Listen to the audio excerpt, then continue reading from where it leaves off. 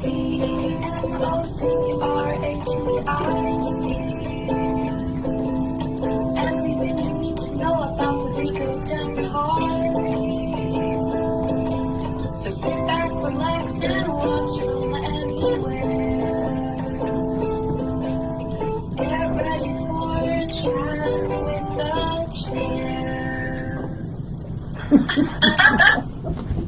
Good evening, everyone. I'm Joe Etling, Chair of the Vigo County Democratic Party. Welcome to Chat with the Chair. We're delighted you could join us. We've got a great show this evening. Beautiful day out today, a little windy. Messing my hair up a little bit, but we were able to get through it. And you are going to be delighted with our show this evening, so we're glad you tuned in. Our first guest, we're going to get right to it because she's got some great things to talk about. Tell our viewers who you are. I'm Myra Wilkie. I'm with Mental Health America of West Central Indiana. Well, Myra, a big day today for you and your organization, but we'd like you to talk to our viewers a little bit about your background, if you would, please. Oh, geez. I feel like I've been with Mental Health America of West Central Indiana forever. I've been there for over 20 years. I started there as the Director of Operations and did some education on the side because our budget was so small. The operations side only took about a fourth of my time. So became involved with mental health. I came from Terre Haute Medical Lab and had worked there for a number of years and had met Kathy Alexander. I went back to school and I had met her and we kind of formed a bond since we were the only two females in the class, the majority of the classes, and she said, you need to work for mental health, and I was really naive back then. I thought kind of mental health was like physical health, that when you had a mental health problem, you went to the doctor and you got the help you needed. And my first week there, I just was completely amazed that that's not how the system works. Not at all. And that people really struggled to get mental health treatment. And sometimes they struggled for years and never really got what they needed. And so through that, I became, I think, a pretty big advocate for people who had mental illness and was seeking treatment and had needs that maybe could not be met in the community. Well, saying you're a big advocate is a little understatement, okay? So that might be the understatement of the day, but are you originally from Vigo County? So I was born here. Okay. My dad and mother had me later in life, so I was a child that was born, they were in their mid-40s. And my dad worked in research and development at Visqueen, which I think it's Trinigar now, maybe? I'm not sure. And my mom was a homemaker. And so which part of Terre Haute did you grow up in? So I didn't grow up in Terre Haute. So I was born here. Okay. Spent about 3 years here after birth, and then we moved to Michigan. So my dad was a pioneer in the plastic industry. And so he created, in Three Rivers, Michigan, he created a plastic corporation. And they wanted him to stay as the plant manager, and he didn't want to stay. So he went to Bay City and did the same thing and fell in love with the owners and stayed there, and we just made that home. So you grew up in Michigan, Mm-hmm. went to elementary school, high school in Michigan. What time did you come back to Terre Haute, Vigo County? So my father died, I had just turned 16, maybe a week, and my father had died. And my mom wanted to come back to be closer to family.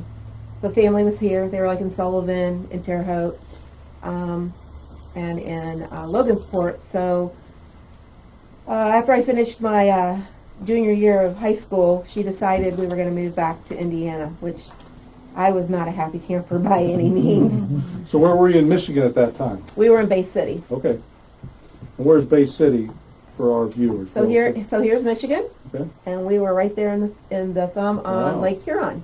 Okay. So spend a little bit of time on the water, I assume, growing up. Yep, I love the water. Very good. Absolutely love it, and miss it to this day. We have the Wabash, but it's just not the same. I'm hoping we'll get there one day with riverscapes and stuff. Absolutely. So then did you finish high school then in Indiana? No, I'm a South graduate. Terre Haute Okay. South. Graduated from Terre Haute South. Home of the Braves. Home of the Braves. Spent some time at ISU, and then went on to Oakland City University. Very nice. And so, when was it that you became passionate about mental health and assisting people with their mental health? So it was in the late 90s. Okay. I started there, and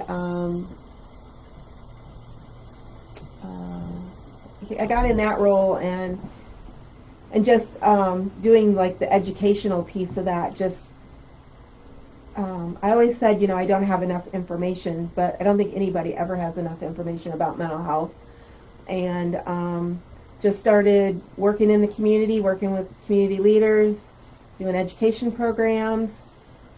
Kathy left, and I got to be the interim director, and we had 2 HUD grants. So she wrote 2 grants just to get the feel of it, because you didn't get technical assistance. So it'd just be a great thing to do, and she knew we weren't going to get it. I wasn't so sure. And we did get approved, and then she's like, "This is the best time for me to retire. We have this money, we're going to like grow leaps and bounds, and I've been here for 25 years, and it's a great exit." So she exited. I didn't know anything about grants. I didn't know anything about housing, and I wasn't really sure where the agency was going, but knew we had a really good board. I think Dave Bolk was the chair at that time, and just felt like This we is were. from his collection, his blazer. Oh, you're I missing the noticed. pants. Well, I understand. Fortunately, I have pants on. But go ahead. But I don't know, we made it, and So what year would that have been? 2004, 2005 maybe. So that was a couple days ago. Yeah, trial by fire, more or less. So what was the state of the office at that time, and what was the state, do you think, of people's perception of mental health and where things were going from there? So I think mental health was really headed in the right direction in the late 90s. More research was being done. Medicines were being researched and developed by pharmaceutical companies. They were being put on the market. They didn't have the terrible side effects that some of the older medications had, like clozapam and some of those.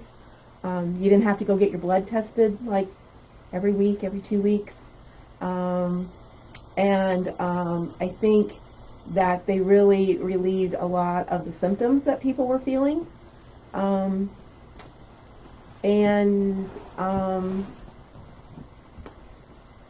so people, it wasn't still really talked about, and families still hid behind it because of the stigma. But things were kind of progressing. There were some really great community-based services that were coming online, and so like for instance, PAIR started, the first adult mental health court in city court.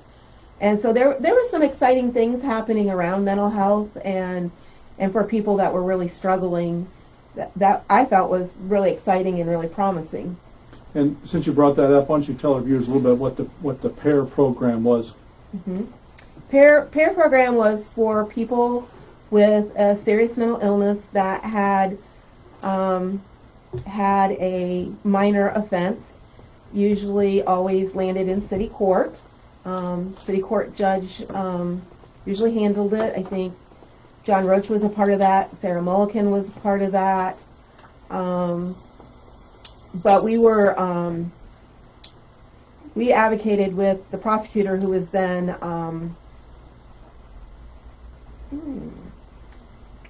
Michael Wright's dad. Sorry, Bob Wright. Yeah, to kind of get them to understand that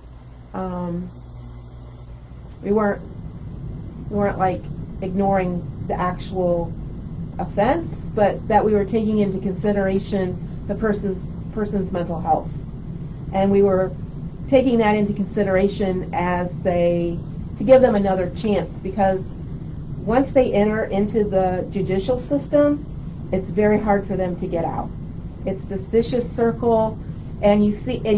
You can see them go through city court, and then if they don't receive the treatment they need through then, and they're not consistent with it after they graduate, then usually they end up in a superior court. Not always, but most times. And then it just keeps perpetuating because they still have the symptoms and the behaviors haven't changed. So that was obviously a tremendous program and been very successful, and then there's been the lead into the adult mental health court in Superior Court. Have you seen then during your career any particular event that you think maybe improved awareness or insight into the mental health issue that exists in this country? The pandemic have really spotlighted mental health, and I think people are coming to have a better understanding that everybody has mental health, and we all have bad days, and some people are, once they start having a bad day, then it sometimes develops into something more like major depressive disorder. And so I think the pandemic made everybody rethink that, and I really think we're on the cusp of like losing the stigma around it. Maybe not so much like schizophrenia and things, but just people understand it more and understand that you can't control it. And it's not that you've been a bad parent. It's not that you're not a good student. It's not any of those things. It's not that you're a bad employee. It's you have a mental health condition, just like somebody who's had a heart condition or a kidney condition. And there's certain things that you have to do to stay well. And it's the same thing with mental illness. And we need to think of our brain as part of our body. It's our central control system. If our brain doesn't work right, our heart doesn't beat properly, our central nervous system doesn't work properly, our muscles don't respond properly. So it's the thought processes and the behaviors and the emotions to all that make us a human being. Now, we are winding down April, and actually May is Mental Health Awareness Month. Is that correct? That is correct. And my staff, excellent staff who you had an opportunity to communicate with before we started, they always are feeding me great information, but they advised me, believe it or not, that if I'm correct in their information, that's been May has been the Mental Health Awareness Month since 1949. That's correct. And it was started by the National Office of Mental Health America.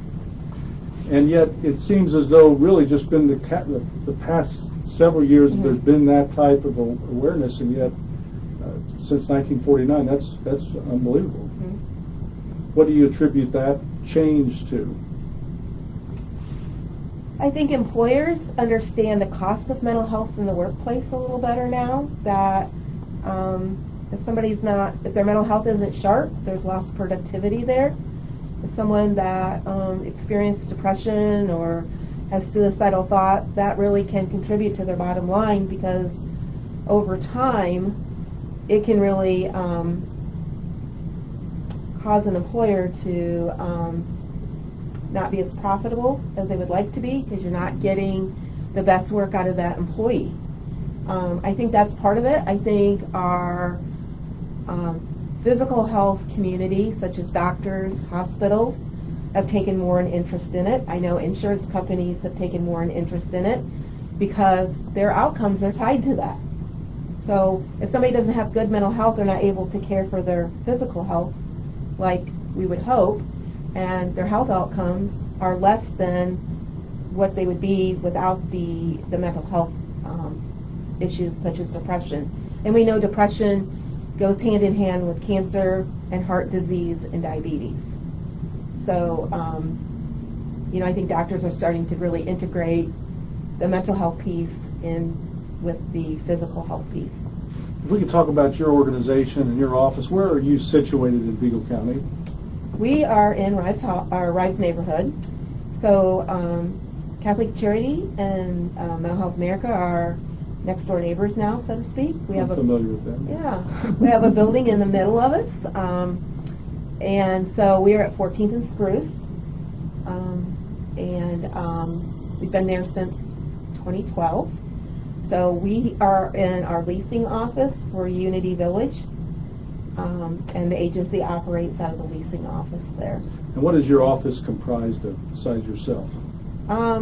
We have 9 other staff people. So we have peers that help people that have lived experience, to help people understand that they're not alone, and they help provide supports to those folks. We have community manager, which is a property manager, but she has a little different background. So she comes from a behavioral health background. So she's helping to support them, because our business is not to evict them, it's to keep them housed. So we want to do, as a staff, we want to do everything that we can do to prevent an eviction. And so we're pretty mission driven, the entire staff. So we have maintenance and janitorial. We have a director of education that handles all of our educational programs, such as suicide prevention training. We have programs in the schools. We serve the counties in Region 7, so there's 6 counties there, including Vigo. So she stays really busy. We have a medication program that provides mental health medications for indigent folks. So people that haven't quite gotten Medicaid yet, then they're waiting, and it could be 3 months, it could be 6 months. We're helping them get their medication so they can stabilize, go back to work. They might go back to school. And I feel like I'm leaving something out, but I think that pretty much encompasses kind of what we do. And then, of course, we advocate. We're part of Vet Court.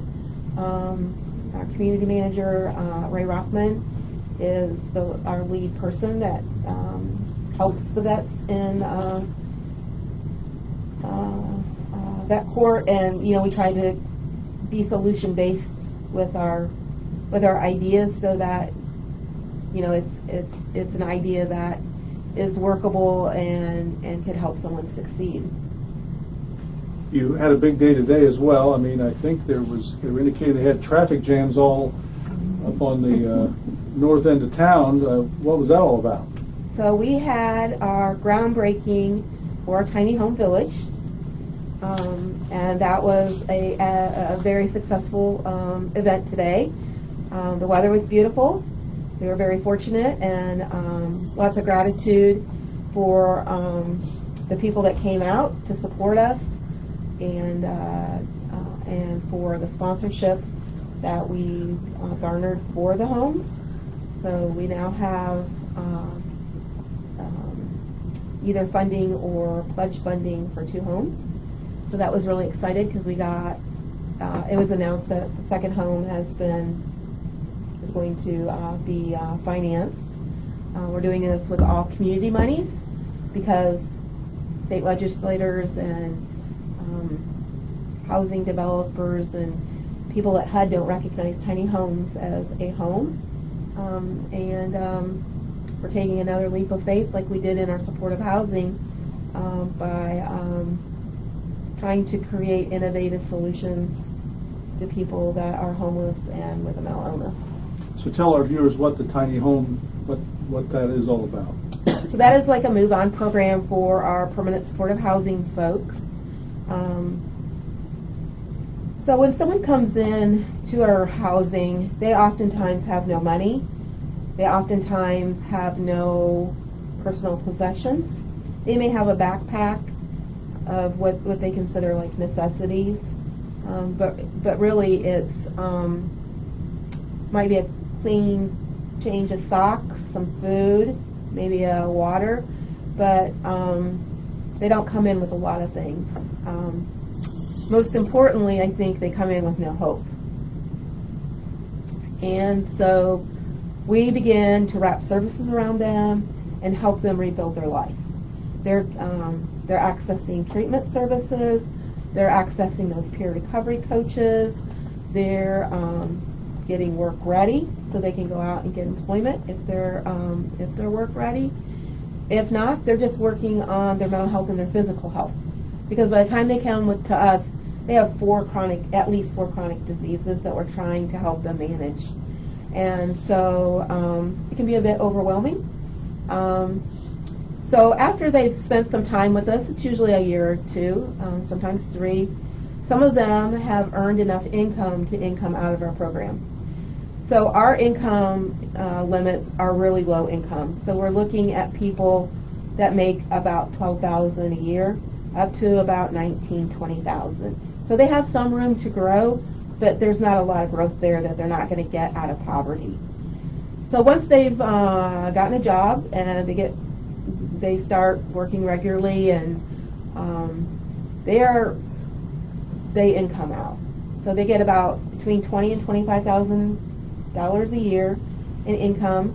It's not enough to live and rent in an unsubsidized like apartment or house.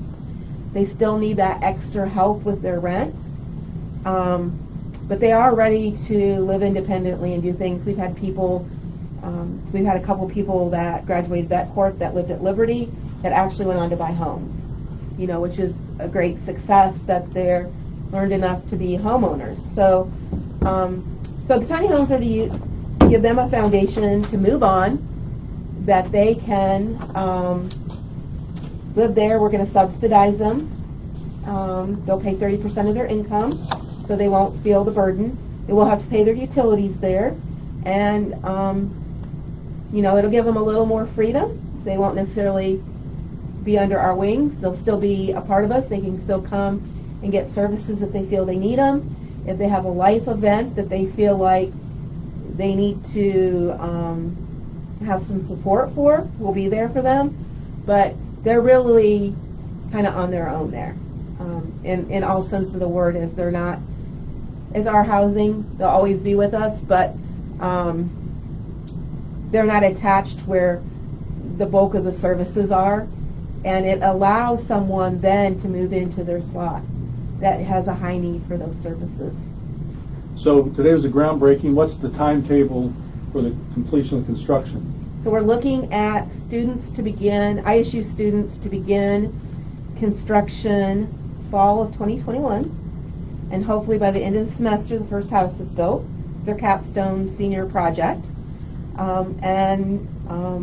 We already have a few tenants that are wanting to move in. And I don't know if we're going to do a lottery for that, or I don't know. We haven't decided how we're going to do that. But so we're hoping that the first person can move in into December. That's great. We can do the ribbon cutting and the open house, and people can kind of go through before someone moves in to get a feel of it. But they'll have their own bathrooms. They'll have their kitchens, and then they'll have their living areas that will probably have a Murphy bed with lots of storage, and a front porch, and a place to store their bicycle or their moped, or whatever transportation that they're going to be utilizing there. And then they'll have some outdoor area there, because on the larger lot at 14th and Chase, those 5 or 6 homes will make a courtyard, and so they'll have picnic tables and just an area to have grills and different things out there where they can entertain and just kind of have fun. You had a huge crowd out, which is a testament to your dedication and people's admiration for all that you're doing. You talked about the Liberty housing. Could you talk to our viewers a little about that? Mm-hmm. So Liberty Village's target population that we targeted with that project is homeless veterans. They're prioritized first before anybody else. If we ever get to functional zero veteran homelessness in Region 7, then we'll move on with frequent users of emergency systems. And those are people that the emergency room sees a lot, the fire department sees a lot, probably the police department sees a lot. Probably the police department are the ones that's bringing them into the emergency rooms. But they're probably usually the first agency on the scene. And we have a few of those in there right now, because there's been like lulls in the community where we've not had like a 2-person veteran household. so we can go to the next population, which is few. So it's a mix. It's a good mix, I think. And I think, as I said, some veterans have lived there a year or two and then been able to get some things together. They successfully completed vet court, and they're moving on into things like home ownership and things, which is, I think, a testament to vet court and to the work that we've done. So is that at capacity? It is. So no, we have vacancies right now. We have about 11 vacancies. The pandemic's been hard on people. That whole face-to-face disconnect has really taken a toll on them. We've had, I'm kind of embarrassed to say this, but we've had more evictions through the pandemic than we've had in the history of our housing. Usually we'll have 1 or 2 evictions a year, and we've had about 15 evictions through the course of the pandemic. But it goes again that people's mental health through the pandemic has really struggled, and that they really need the face-to-face connection. So as far as the other programs that you're facilitating, any others you'd like to talk to our viewers about, other than what we've talked about thus far? Just real quick, our Suicide Prevention and Suicide Prevention Coalition, Lost and Found, they meet monthly, and we're trying to reduce suicide in Region 7. That also has increased significantly due to the pandemic. And it's real important for people to get trained, and we got a large grant from the United Way, and we're going to be rolling out some training for frontline workers that aren't often recognized as frontline workers, such as people in retail, grocery stores, baristas, bartenders, that kind of thing, people in restaurants. So offering with the United Way's grant and sponsorship, you'll be able to attend those trainings for free. And I don't want to say free because nothing's free, but at no cost to them because it's covered by donors of United Way. So we're very thankful for that, and we're hoping to get those numbers back down because we were trending really well there right before the pandemic hit, and we were decreasing every year, and then it's just shot up. The coroner's office has been inundated with people taking their lives by suicide. So it's a tragic event for families and for us as a community. You know, you didn't have much experience and said you didn't know anything about grant writing. I think you figured it out. Yeah, yeah, we figured it out. So it looks like you figured a lot of things out. In fact, you are very modest and are not attention seeker, unlike people like me with this blazer on. But you have your hand in so many different great projects throughout our community, and again, it's a credit to the things that you're doing, and there's no question as we speak your passion for what you do, and it's obviously a real blessing that we have you in that position to help people in this community. So I'm assuming that the decision you made to get involved was one that you are glad you made. Oh, most definitely. I don't know. I think it was just kind of divine intervention at that point that I met her and we clicked, and then I took a leap of faith to say I'm not really comfortable with this, but I can learn and I can do this. So my dad was a real hard worker. My mom was too, and I've just always learned that you get, the harder you work, the more success you get, and so I truly believe that. You've gotten a lot of different segments of the community involved, and again, people that probably at one point would have been very reluctant to get involved. What would you say your recipe for success to do that has been? I think people like Eric Hemminghouse, those stories help to, you can't hear those stories and not feel something emotionally and have some kind of feel some kind of call to action for that. Now that was part of the presentation today. Could you share that with our viewers that weren't in attendance? So Polly Jeffers is the daughter of Mary Rose and John Hemminghouse. Mary Rose was on the Hamilton Center Board for probably 20 years and was on the Mental Health America Board for about 30. And she was a champion advocate for mental health. Her son died in a tragic accident, so he attempted suicide and did not die, and then later aspirated in the hospital from the suicide attempt. And Eric was diagnosed with schizophrenia, and the family experienced a lot of hardship and turmoil because of that. And Mary Rose tried to get him community-based services and felt alone, felt the stigma, and oftentimes didn't know where to turn. She met Kathy, I think purely by chance, and Kathy was the first person, I think, to really give her hope and to make her feel not alone. She was just such a strong supporter and an advocate. She was, fighting with legislators, kind of like Katie Hamilton, saying we need to do this.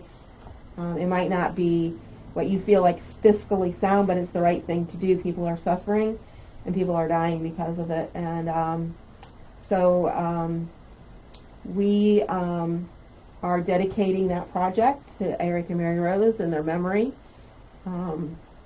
She's been gone for a couple years. I wish we could have done it, before, but it took a little bit longer to convince some of the community leaders that this was a worthwhile project, just like our other projects were, and that there's just a lot of hesitation with tiny homes because there's a lot of things that can come through the door now, so to speak. It opened kind of a Pandora's box.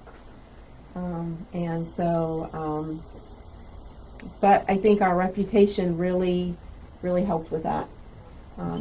So we're dedicating that project to Eric and Mary Rose, and Polly gave a very heartfelt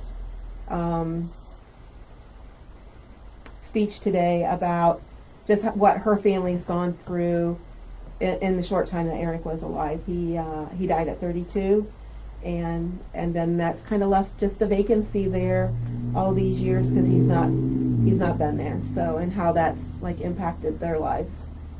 So what message would you give our viewers with regard to mental health and mental health awareness as we're approaching May and everybody focusing on that? So I would say take care of your mental health just like you take care of your physical health. If you're not feeling well, if you feel depressed and it lingers, or you start to feel worthless, reach out, get help. It's out there.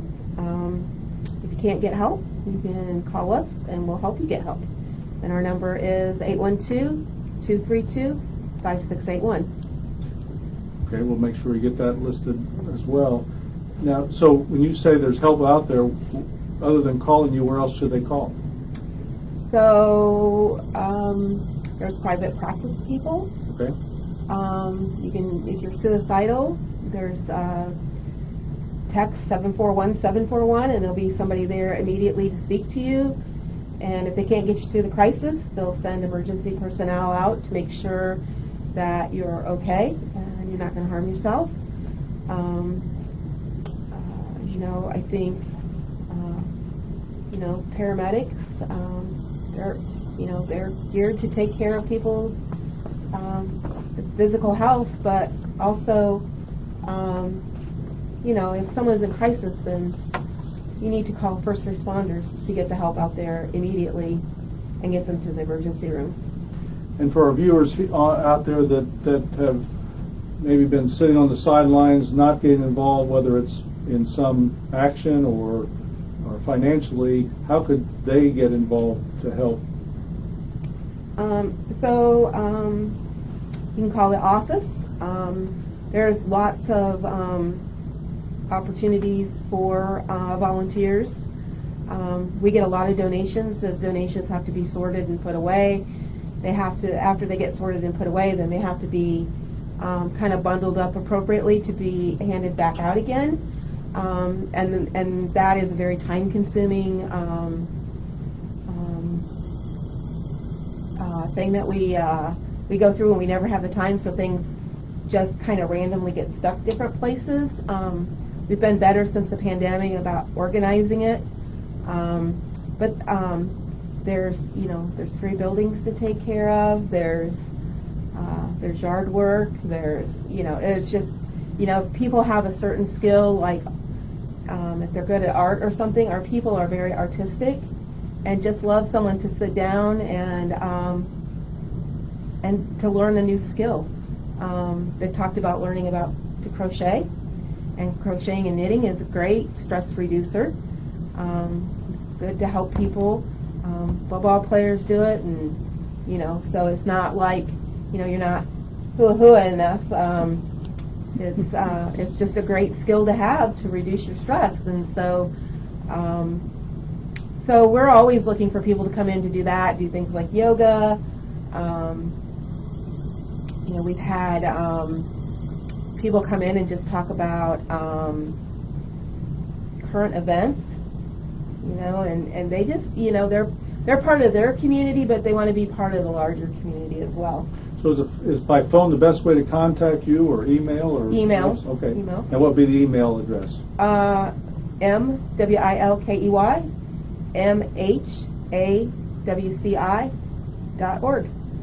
How about repeat that one more time? I'm getting some blank looks from across the table here, which I'm used to getting. MWILKEY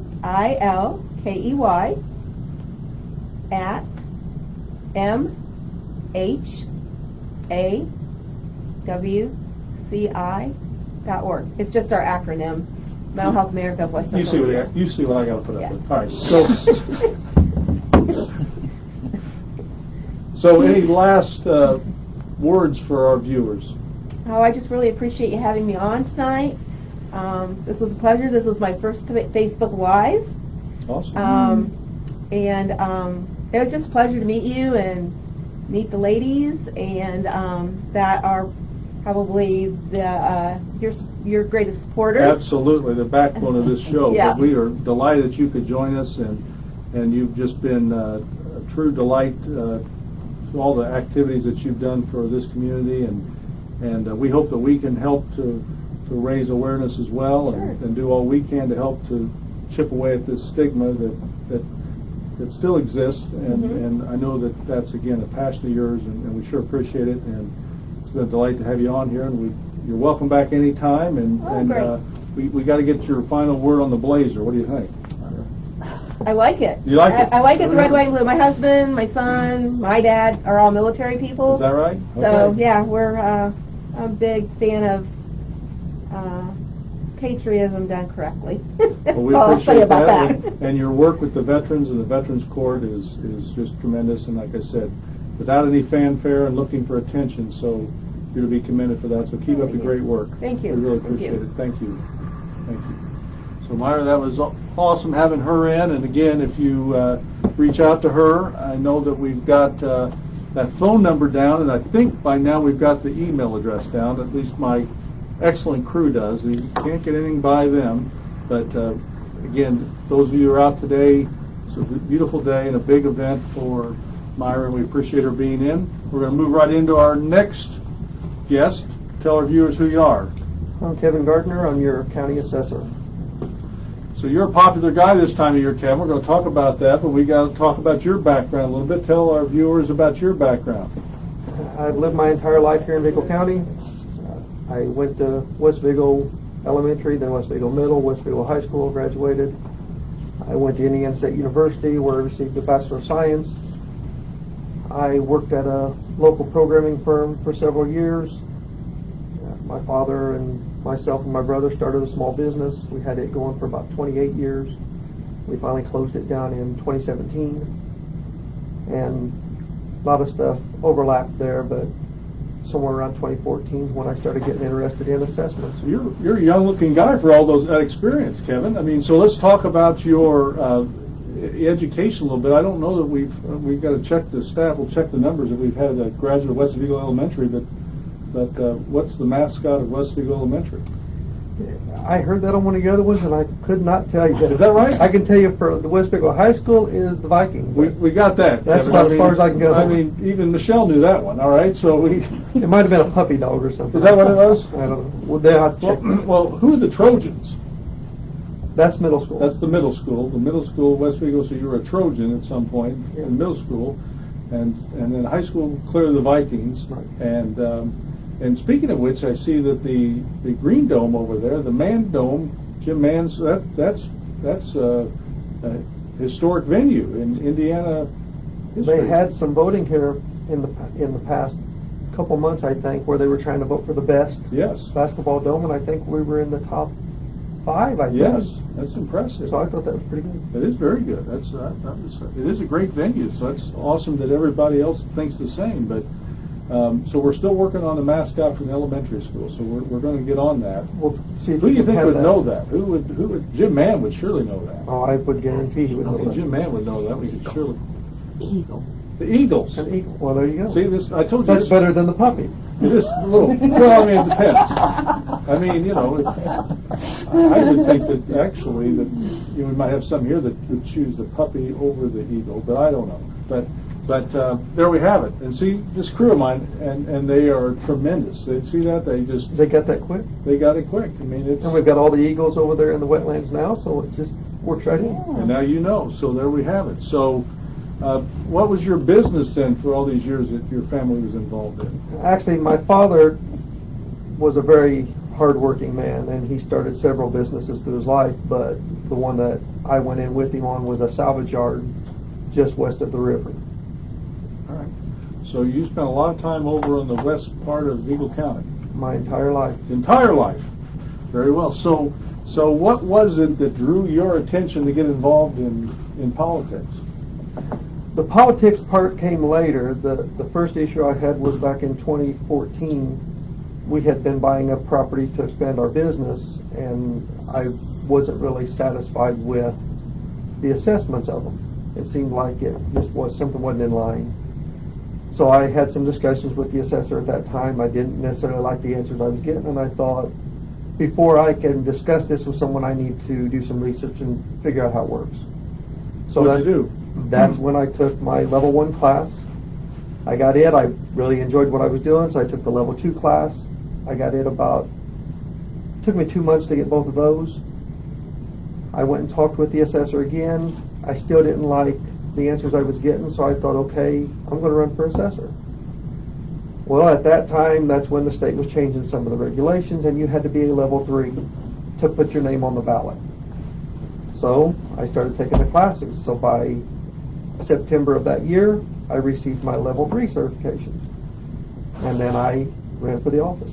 So this is kind of like a textbook in running for political office, it sounds like. I mean, you could have written a book here.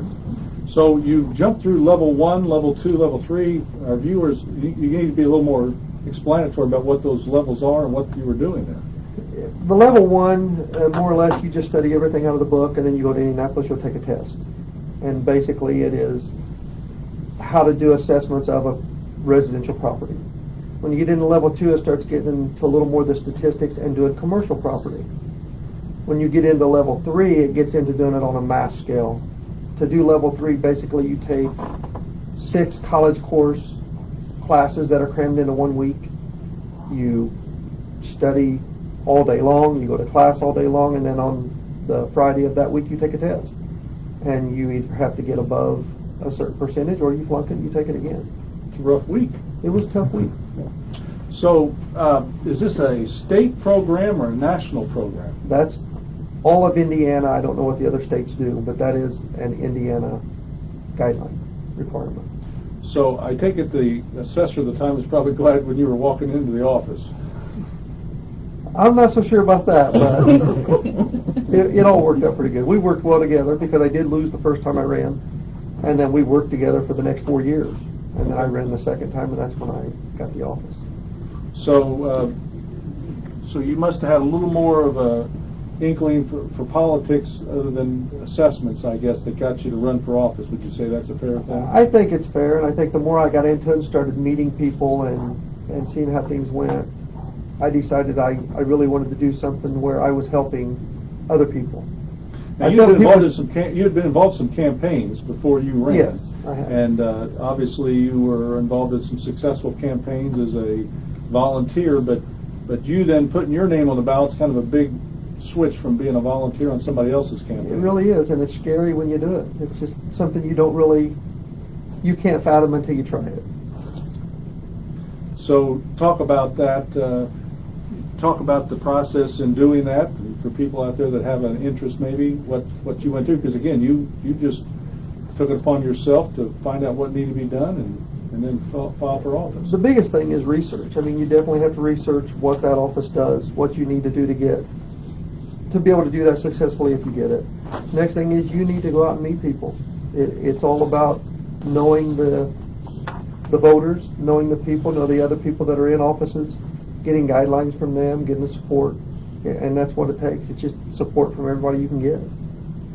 So you were successful and became the assessor of Vigo County. Tell our viewers what the assessor of Vigo County's responsibilities are.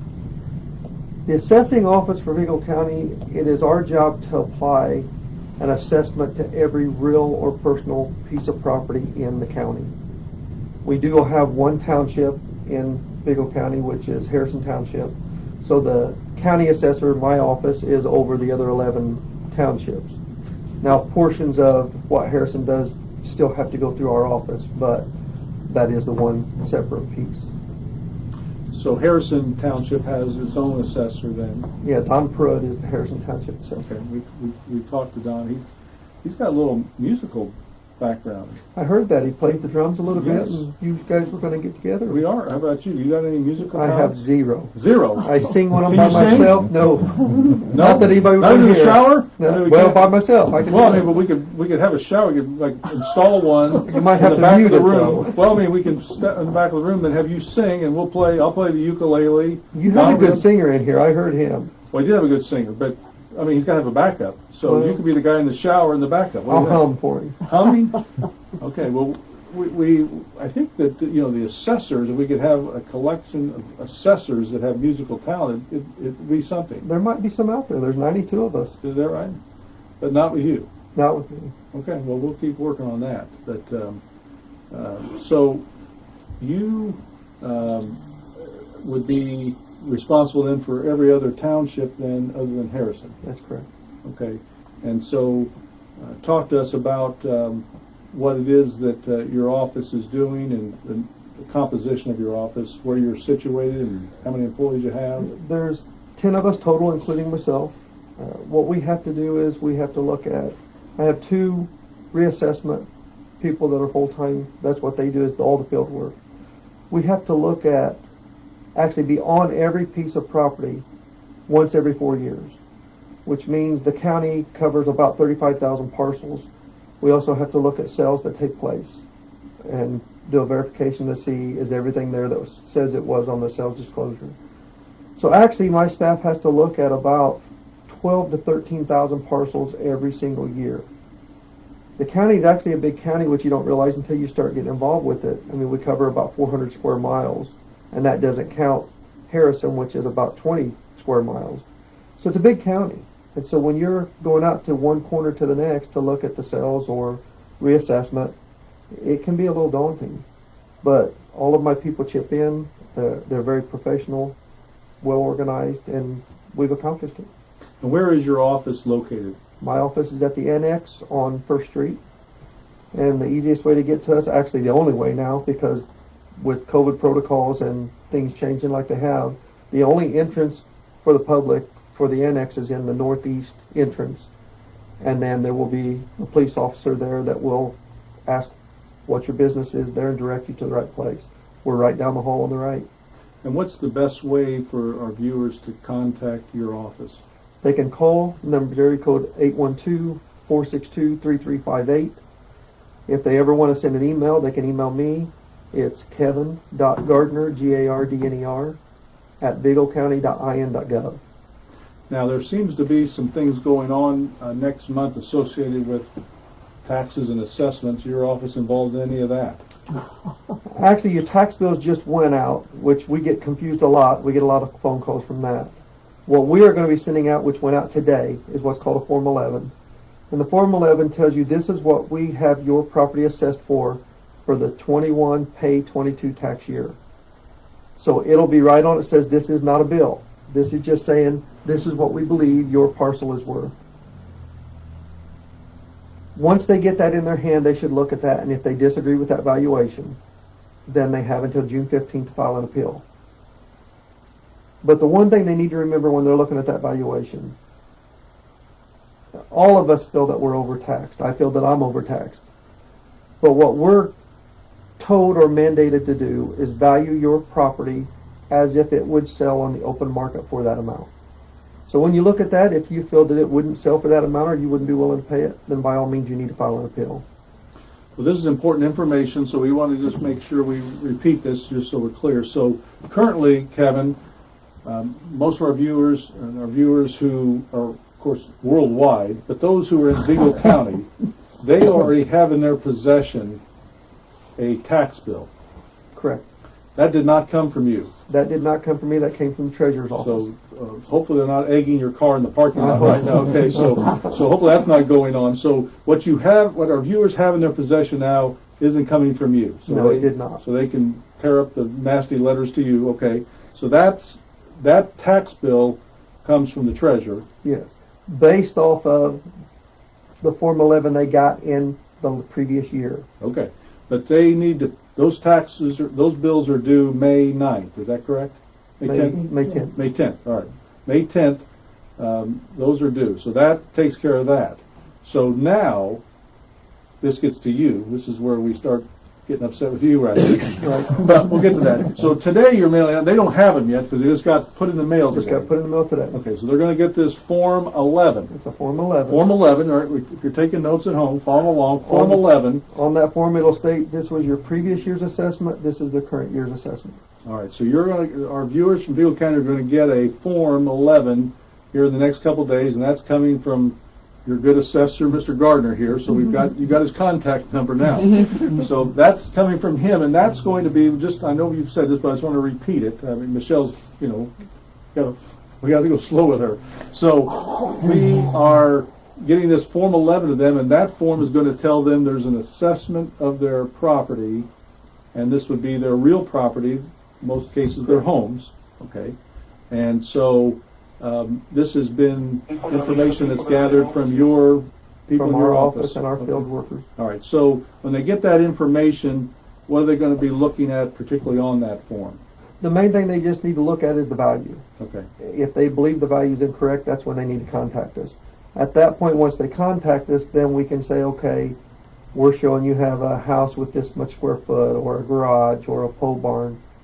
If that's incorrect, then we can send someone out to see what we've got incorrect.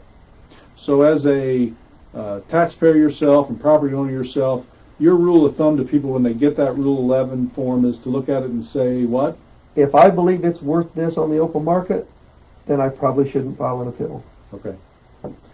But if they question that of course, if they think it's lower than what they'd asked for, they probably just ought to send you a thank you note. You'd be surprised. We've had a couple that appealed saying it's worth more than that. Is that right? That's correct. Interesting. It's rare, but it has happened. Oh, that's interesting. Well, I won't. I better not say anything. They might be watching. So. That's true, but there's a few I'd like to take some shots at, but I'll pass on that for tonight. So if they do, though, have questions, for instance, they think it's overstating what they would be asking for, then there'll be explanations as to what the process would be, but they could call your office or email your office for further instructions. Yes, they can. But those people who want to appeal that, what is the process, and how is your office involved in that process, Kevin? We process all the appeals. It's called a Form 130. They can either get it from our office, they can download it from the GLGS website. They can get on our county's website and do the link to my office, the assessor's office, and there's forms in there where they can print one off from there. And it's just a form that says their name and information like that, and it'll say, this is what you said we're assessed for, this is what I believe it is. And then they submit it to us. I'm going to probably need to see if you or Myra can handle that camera, because I think Michelle may be quitting on me after tonight. If I keep it up on her, I think she'll be just resigning. So anyway, go ahead. I'm sorry. And they've got until June 15th. We have to have it by June 15th, or the assessment will stand for the rest of the year. So your office has to handle those appeals as well? We handle all of them for the county, and then for Harrison, they handle theirs unless they go to IVTR, which is a state appeal, which means they went through our local appeal process, they disagreed with the ruling, so then they can file to the state. Anything that goes to the state comes through my office. So on average, how many appeals do you handle annually? The year I took office, the previous year had 1,600 appeals. The first year that I took office, that number was a little over 800. Last year we had 480. So my guide is the lower I can get that number of appeals means our assessment levels are getting closer. I don't think you'll ever get it much lower than about 400, just because no matter what, there's going to be about that many people that appeal. Even those people that think you're too low? Yeah, you'll get that. So what would be your plans with your office moving forward here, Kevin? One of our main plans is just education. The more education the people have, more information we can give them, it makes it easier for everyone. We did just roll out, it's called a tax estimator on Beacon. So if you go into the Beacon website now and you bring up your parcel, there'll be a button that says tax estimator. And it shows you an estimate of what your taxes are, and you have to just remember it's an estimate. Which means it also allows you to, if you decided you wanted to build a garage or a pole barn, we get calls all the time say, what's that going to cost me in taxes? In that tax estimator, they can add the amount of whatever that is they're going to improve their property with, and it'll say this is the estimate of what the tax is going to change to. It's not exact. It is an estimate, but I think it's information people need. I'm glad you brought up the Beacon. Could you talk to our viewers a little bit about what Beacon is? The Beacon portal it's a GIS portal that allows people to go out there and see the properties in Vigo County. And you can actually look at other properties. You can bring up a layer that shows you the sales that have taken place for the previous year. And there's a sales comparable. You can go into basically it's what an appraiser does. And you can tell it, this is number of bedrooms I want you to look at, size of square foot, size of property. And it'll say, okay, these properties have sold in the area, and this is the amount. Which will give you a good idea, is mine worth what they're saying it's worth. Is there a cost to access the Beacon? There's a cost to the county, which is we pay out of our office, Okay. but there is no cost to the public. Okay. So that's a good source for people to reference as well. It's a very good information source. So how have you found your service in the assessor's office? Is it everything you thought it was cracked up to be? It's definitely more than I ever thought it would be, but I look forward to going to work every day. I enjoy dealing with the people, talking with the people. I enjoy my staff. They're very educated. They're very helpful to people, and they've just made the job that much better. I'm curious if you had any property owners walk in, say I'm in level 1, getting ready to start level 2. Not yet, but that's probably coming after this. Well, you also, I want to add, I know that you and your lovely wife are regular viewers of the Chat with the Chair. I'm delighted to find out. So it's we've been trying for months to get you to come on. So I'm just curious what the problem was to get you in here. Too busy? I don't know. We finally worked it out. I had a daughter that just got married, then we had some other stuff that's taken place, so it's just been tough to get out. Well, some were questioning whether that you might be opposed to my blazer. I've heard that. No, I think that is green. Somebody said you thought it should be green and white for the Vikings. I'm not going to say that wouldn't be helpful, but okay. I have to say that from that side of the river. Absolutely. So how has your inaugural visit to the Chat with the Chair been? Has it been everything you thought it was I cracked up think to be, it's or been not? very nice. I appreciate you having this platform, which allows us to get information out to the taxpayers. Well, I appreciate you coming in, and we've been wanting you to come in because you've been a great office holder and a great campaigner in Canada. We appreciate all those things, but I know how seriously you take your role, and you approach it seriously, and you've been a great source of information for our viewers tonight. So what other information would you pass along to people? I know there's oftentimes a lot of misinformation that gets spread about assessments and property, but what would you tell our viewers that might be helpful to them? Probably one of the largest things I would say is you can always call in and ask questions. That's free, and we'll give you whatever information we can. If you're not satisfied with that, you can always, there's other things you can do. And then the last thing would be, just remember, we're there to help you. We are taxpayers too. Just try to be courteous, because we really want to help you if we can. Well, that's great. You know, other than maybe music lessons for you in the future, what's the future for Kevin Gardner? It's hard to say what your future's ever going to hold, but I'm happy with where I'm at. I mean, I do like my office. I like working with people. I mean, I'll stick with it as long as I can. That's great. We appreciate that. We appreciate that you came in to join us this evening, and you've been very informative, and we hope that you don't get just inundated with calls as these Rule 11 start hitting, or these Form 11 start hitting people's mailboxes, but again, we appreciate your great service and great insight, and Myra was great to hear too as well, wasn't that? That was very informative. I appreciated being able to hear it. That was awesome. So again, I appreciate our guest this evening, and we appreciate all you tuning in. Hope everybody's staying healthy and safe, and until our next chat with the chair, I'm Joe Entling. Thanks for joining us.